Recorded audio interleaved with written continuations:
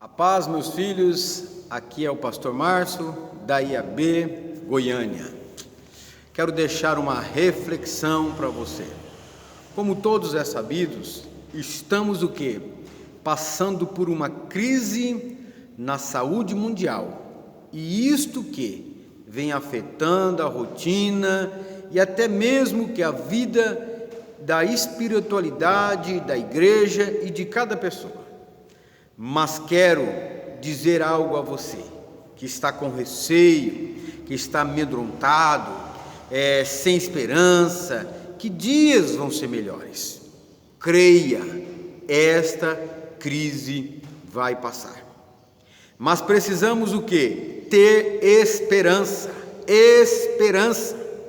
Sabemos o quê? Que isto não é de hoje. Desde o princípio, o povo de Deus vem sofrendo e sendo obrigado a provar a sua fé. Nós vamos ver o que a Bíblia nos diz lá em Abacuque capítulo 3, versículo 17 ao 19. Mesmo não florescendo a figueira e não havendo uvas nas videiras, mesmo falhando a safra de azeitona e não havendo produção de alimentos nas lavouras, nem ovelha no curral, nem bois no estábulos, eu ainda assim exaltarei no Senhor e me alegrarei, no Deus da minha salvação.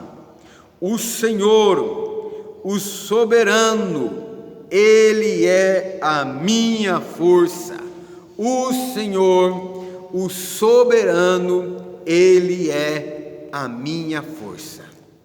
E Ele, querido, é a nossa força. Ele é que faz nos andar, caminhar. Ele que nos faz andar em segurança, até mesmo sobre as montanhas. Aleluia, aleluia. Abacuque, querido, é um profeta que ele canta dentro da noite. Quando a gente estuda o livro de Abacuque, a gente vamos ver que é apenas 3 capítulos. O seu primeiro capítulo começa ali e ele começa no vale e termina o quê? Nas alturas. O profeta vai ali do desespero à esperança, do temor à fé, da angústia à exultação, contemplando o quê? A glória do Senhor. No primeiro capítulo, Abacuque se queixa da violência perversa, cruel, incontrolada ali do povo. Havia iniquidade e opressão, as regras divinas eram um assunto morto em meio a tudo aquilo que o povo estava vivendo. Não havia justiça, não havia segurança pública para as pessoas e nem até mesmo para as lavouras, propriedades. Os piedosos daquela época, a minoria, estavam rodeados de maldade, eram gente ímpias. A grande angústia no coração de Abacuque era que tudo isso estava acontecendo, essa diversidade diante do seu povo, aquilo que o povo estava sofrendo. E para aumentar ainda as dores, Deus fala no capítulo número 1 que os caldeus, o povo amargo, impetuoso e arrogante da época, seria o seu instrumento de castigo para a restauração do povo de Judá. No segundo capítulo, querido, mostra que não foi com ceticismo que o profeta apresentou o quê? A sua queixa a Deus, mas com fé, pois ele estava preparado para esperar o quê? A resposta do Senhor. Deus responde, dizendo que o propósito daquele sofrimento era certo e que a fé, em tempos de adversidade, seria plenamente recompensada. Aí nós chegamos ao terceiro capítulo, que é uma oração, a oração de triunfo a qual o profeta está realizando. Nesse capítulo, ele reconhece o quê? O plano de Deus para a restauração de Judá. Então Abacuque o adora e renova o que? A sua esperança no poder de Deus para o tempo de crise e os tempos de adversidade que ele vivia passando. Às vezes, querido, nós somos como Abacuque. Às vezes nós não entendemos a razão das nossas crises e da nossa adversidade, nem os motivos da nossa dor, do nosso sofrimento, e por que estamos enfrentando tantos problemas, dia após dia. Levamos as nossas queixas a Deus, falamos com Ele, e parece muitas vezes que às vezes não temos resposta, mas a despeito, querido, do que está acontecendo, os ventos contrários que insistem em soprar sobre a nossa vida, assim como na época de Abacuque, nós podemos o quê? Ter esperança nas crises e na adversidade, que verdadeiramente cremos em Deus e na força do seu poder, e de que nada está fora do controle de Deus, tudo está no controle de Deus. Então, de acordo com o texto que lemos, que trata da experiência do profeta Abacuque, como podemos, pastor, ter esperança? Em tempos de crise, em tempos de calamidade, em tempos de adversidade, em tempos de caos, quais eram as motivações do profeta, que partia do coração dele, que sucumbisse diante dos problemas que ali o cercavam? E aí eu digo para você, querido, para ter esperança em tempos de crise e adversidade, confia de forma inabalável no Senhor, confia de forma inabalável em Deus.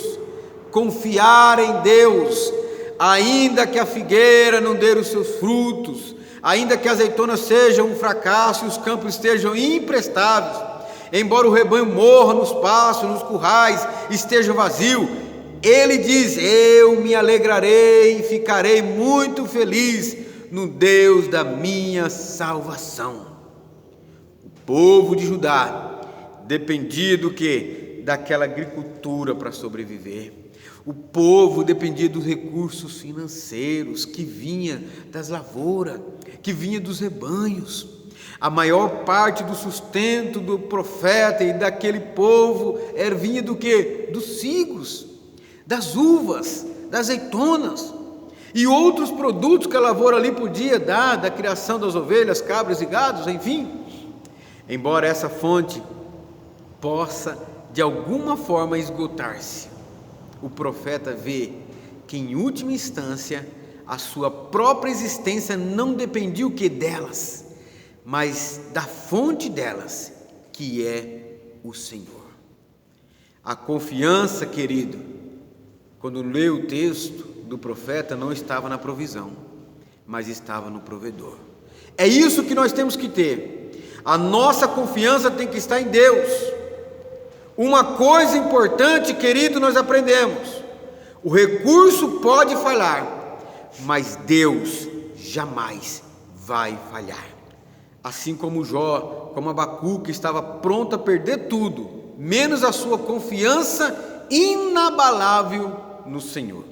É por isso que o salmista diz: os que confiam no Senhor são como um monte de Sião que não pode ser abalado, mas permanece para sempre. Queridos, eu quero dizer para vocês que o segredo em ser vitorioso é permanecer confiante em Deus em meio à crise. Sua impaciência cederá espaço à sua sensibilidade.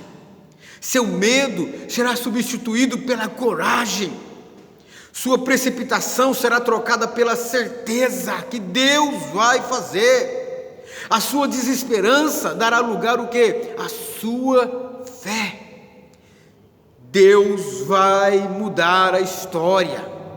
A crise, queridos, são uma grande oportunidade para termos o que? Certeza de que Deus cuida de nós.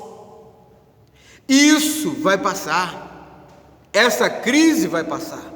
Deus tem algo para nós. Deus está ensinando algo para nós, assim como ensinou para o profeta Abacuque, através das Sagradas Escrituras. E Deus tem algo para nós. Não desespere, não se desespere. Clame ao Senhor, se aproxime mais de Deus, busque mais a Deus, busque mais ao Senhor, confia mais no Senhor e Ele trará uma mudança sobrenatural na sua vida. Creia nisso, meu filho, minha filha, meu irmão que está ouvindo, creia que Deus é um Deus poderoso para mudar essa situação na minha e na sua vida. Que Deus abençoe você. Creia nessa palavra. Deixa o seu like aí, para que você possa estar recebendo mais mensagem e mais vídeos a qual a gente esteja gravando. Que Deus abençoe em nome do Senhor Jesus.